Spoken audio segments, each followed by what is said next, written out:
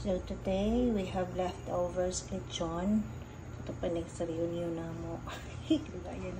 Pero don't you worry, basta nasa sa freezer, dili siya madaot. Atay ahos, bombay, suka, sugar, asin, dahon ng laurel, and paminta.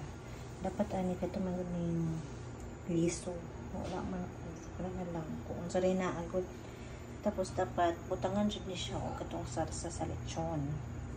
Or katong mga gravy niya. Wala man. So, kung sa rin na we'll see kung sa lasa. So, ipamutang rin ako tanan ang mga lamas.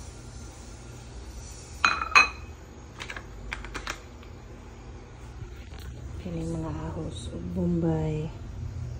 Isahin mo na butang tanan.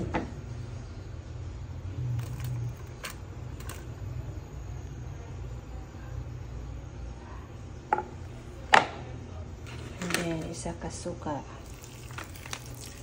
Ang uban nila hanagin na separate pagkulo ang suka. Before nila ibutang di ari. Pero ako, isago na ako ang tendency daw nice. Para siya gihilaw o blasa.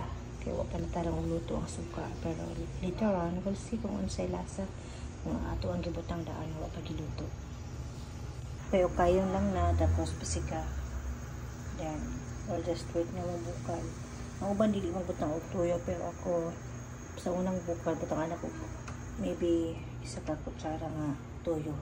Para di siya luspad din ang tapos siya color gamay. Kaya wala mangudan. Itong sarsa niya ano siya color bukal na siya pero unya pa pataw-taw pa na ito ni lahir ko diyang naong basta wala tong sarso pero it's okay basta di ito niya basta kung ano niya I remember kung wala di ay mo katong sarsa sa lechon pwede mang tumas ibutang unya sarado man si Ruby si Madam Ruby nga kung ginakuha ang permanente tindahan at sa balay, wala din ko kapalit. Ano nga. Nai-plating na, diretso na. Kaya para ikalas ko kugason. If you notice, daghan siya sabaw, pero si Sam, gusto niya og sabaw-sabaw masarsa. Mga unta, kalami.